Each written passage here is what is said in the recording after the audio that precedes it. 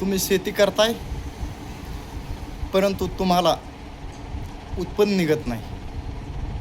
तुम्ही खूप कष्ट करून उत्पादन घेताय, परंतु योग्य बाजारभाव भेटत नाही. तुम्ही शेती करत असताना तुमचे पीक रोगांना बळी पडत आहे. तर तुम्ही कुठल्याही प्रकारची काळजी करू नका. मी गणपत दगडे फ्रॉम पंढरपूर.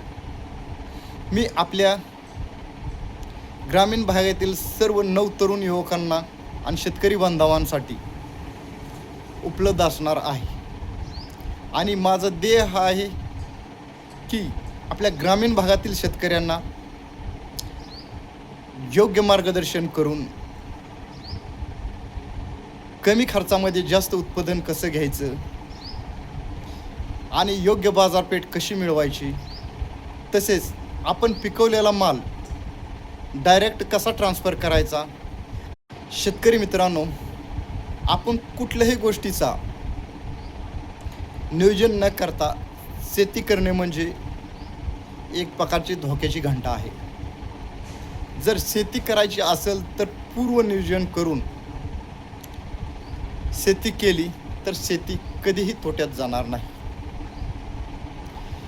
योग्य पाणी व्यवस्थापन, योग्य बीज निर्मिती, बीज निवडणे, कोणते रोग आले ते ओळखण्याची कला शेतकऱ्यामध्ये पाहिजे.